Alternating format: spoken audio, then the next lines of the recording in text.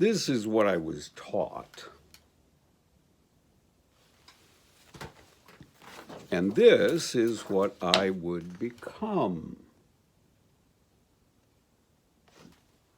At least up until that time. Courage.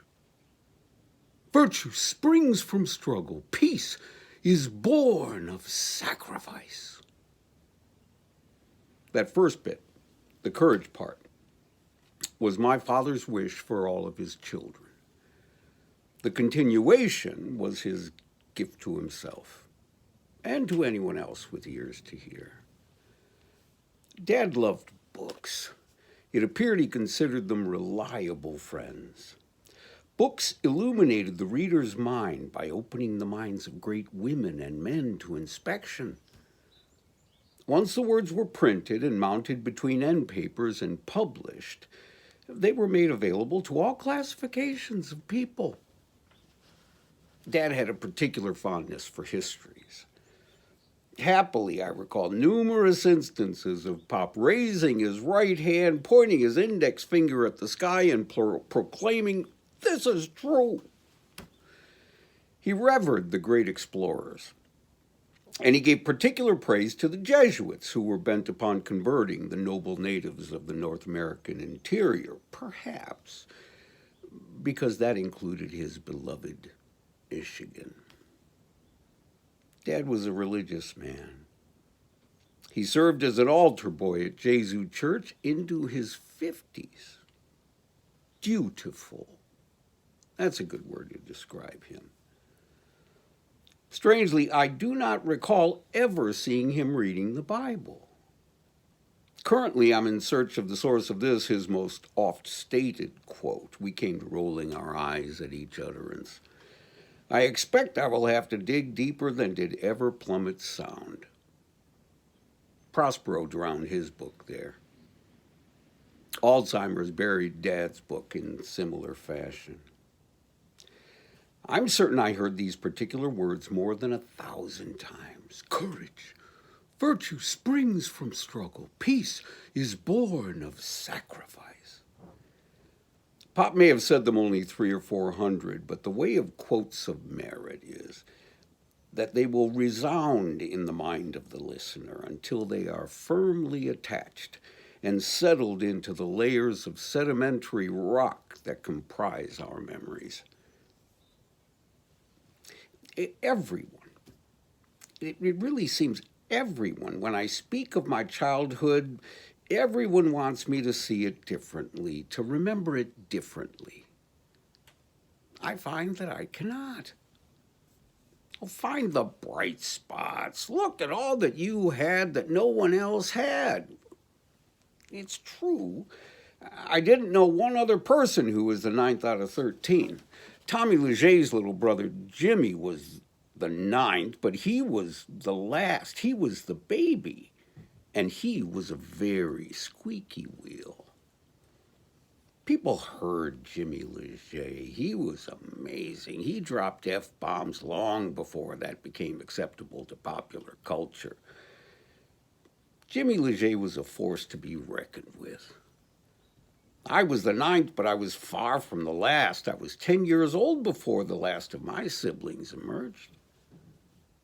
Jeannie is another squeaky wheel. An attention getter. No F-bombs that I can remember, but still amazing in her own right. Jeannie made a point of being heard. Still does. You were wanted. You were the golden child. I remember moments like that. I can list them. One mark of distinction is the red scar at the base of my neck from pulling hot chocolate down on me when I'd only been here for 14 months. That's what Mom told me happened. I'm certain that got people's attention, particularly Mom's. I remember feeling golden when Grandma made me potato soup in her little kitchen upstairs, and when Kay Haddam made me chicken noodle soup, and I got to eat it with Kathy. There was a golden child. Kathy Haddam. Kathy and her mom and her dad, who were my godparents, And later, her husband, Al Wisney, all gave me lots of moments when I could feel special, could feel wanted. Those moments just didn't come much from my own family.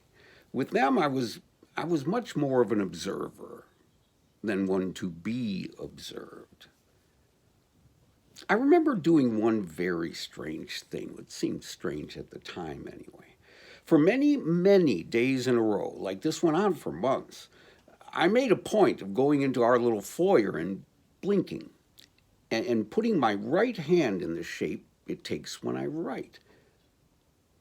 I don't recall the number of days I had accumulated when I stopped. I do remember it going well past 100.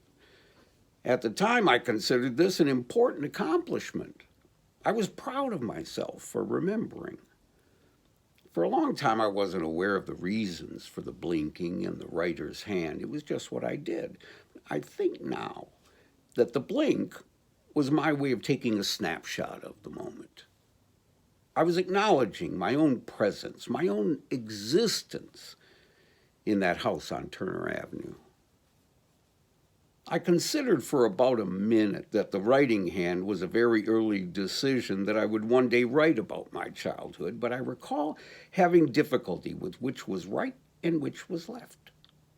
That I write with my right was the mnemonic I utilized long before I knew there was a word for such things. You had value. You were important. I watched my mom and dad prepare envelopes for their church offerings every Sunday morning. I'm having trouble now focusing on the denomination of the bills. Mom and dad didn't have a checking account back then, let alone credit cards. In any event, I am confident that the bills that went into the collection envelopes were not singles. I remember being impressed.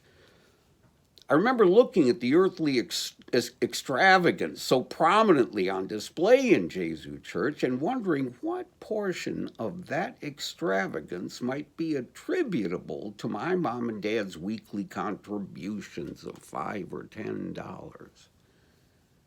In those days, $6,000 or $7,000 per annum was considered a good salary. That's good money. I heard both Uncle Jack and Uncle Stan say those exact words. That's good money. I concluded from this that bad money must have something to do with there not being enough. We always had enough. God chose to never allow us to have more than enough. We never had too much of anything good. I got absolutely no practice with the concept of moderation. I was told how much I was allowed, and I was considered a spoiled brat, just like Oliver Twist, a spoiled, bad child, if I even dared to ask for anything more.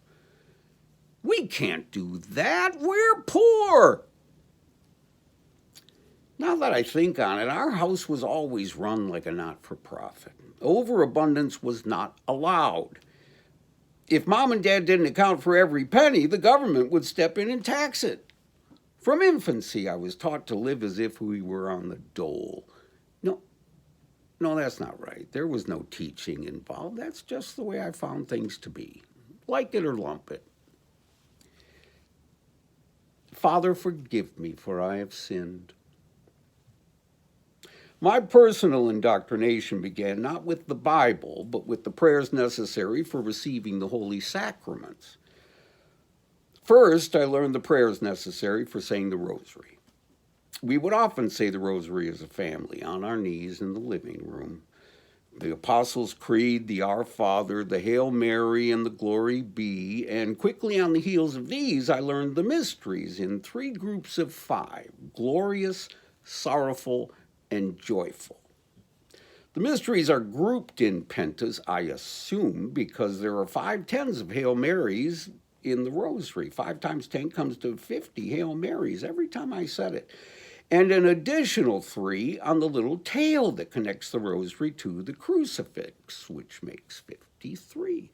Now, the 3 is significant because we have decided to have 3 gods in one. Sounds like the old commercial for certs, but more.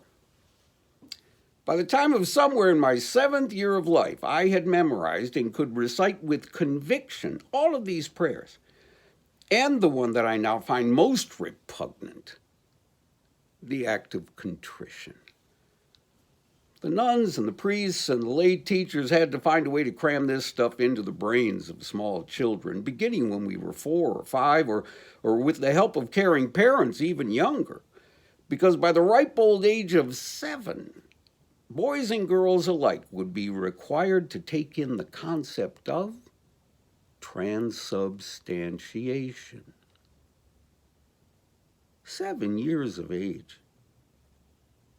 Transubstantiation. This is the miracle, believe it or not, of transforming bread into human flesh and wine into human blood, the which we 7-year-olds will now ingest. We're going to take this holy stuff in the same way we take in chewing gum and asparagus and toothpaste. This is acceptable because our little mouths have been declared fit to receive it. We learned the prayers, and more importantly, we made our confession to a male priest. Some have called them Pharisees. The priests heard our confessions of the sins of 7-year-olds, gave us our penance, more Our Fathers, more Hail Marys, and heard our good act of contrition. My dear God, I am heartily sorry for having offended thee. I detest all of my sins because of thy just punishments, but most of all, because they have offended thee, my God, who art all good and deserving of all my love. I firmly resolve, with the help of thy grace, to sin no more, and to avoid the near occasion of sin. So help me God. Amen. 7 years old, and already criminalized.